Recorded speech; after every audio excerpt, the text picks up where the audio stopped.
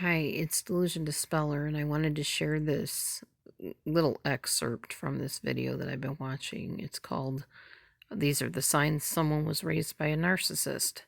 It's by Med Circle. I didn't come up with it or anything, but I think you might recognize people you know in this video, and it might make a lot of sense to you, and I think it's really important information to share with you. So for sharing purposes and discovery purposes, I'm sharing this video. I hope you find it useful. When someone's watching this and they think, I just had the realization that I likely had narcissistic parents, and they are going to seek treatment for themselves or reach out to, like you said, friends or coaches to get honest feedback. At any point, should they go back to their parents and address it with them? Well, again, that's a really good question, but the question gets to the root of one of the hallmarks of narcissism, which is narcissism means there will be no self-awareness, no accountability. Right. So I'm your narcissistic parent. I just make you feel like you need to do what I say. You need to be better. You can call me out on things I've said or done. I will never take ownership of it. I think we've seen this before in people that we know online. Cannot allow that. Now, what's happening underneath it all psychologically is the narcissist, this is unconscious. They have fought for so long to build up these strong defenses. They can't let themselves think there's anything wrong with them. They can't even let it in. They are afraid if they acknowledge one little flaw or one thing they did wrong, that will open up the floodgates, and then they will be targeted and attacked. What's so sad is narcissists are not evil people. Narcissists, they were actually victims too.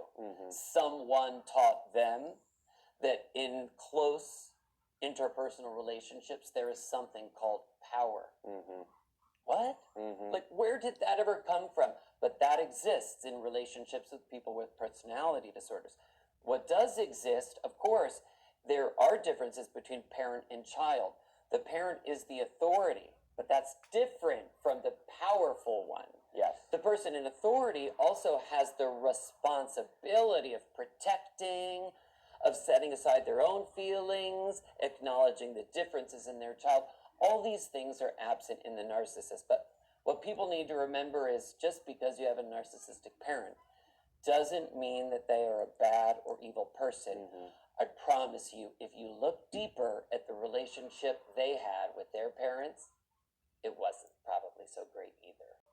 So Yes. it is never too late to change. And the most impressive, the happiest, the most powerful people in this world, they are actually people who can say things like, I don't know, or did I mess that up? Yes. A little vulnerability, a little humility. Yes. So let's go for a mix. Let's not always try to be so strong, to win, to let everybody know we're boss.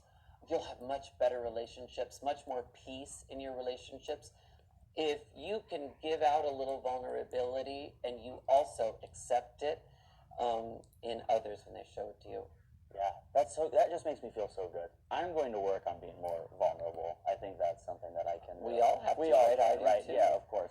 I want to. Okay, so like he said, narcissists, like a true narcissist, really never changes because they don't have the ability on their own to admit fault or responsibility. They don't ever admit, well, gee, all this stuff is happening because of something I'm doing.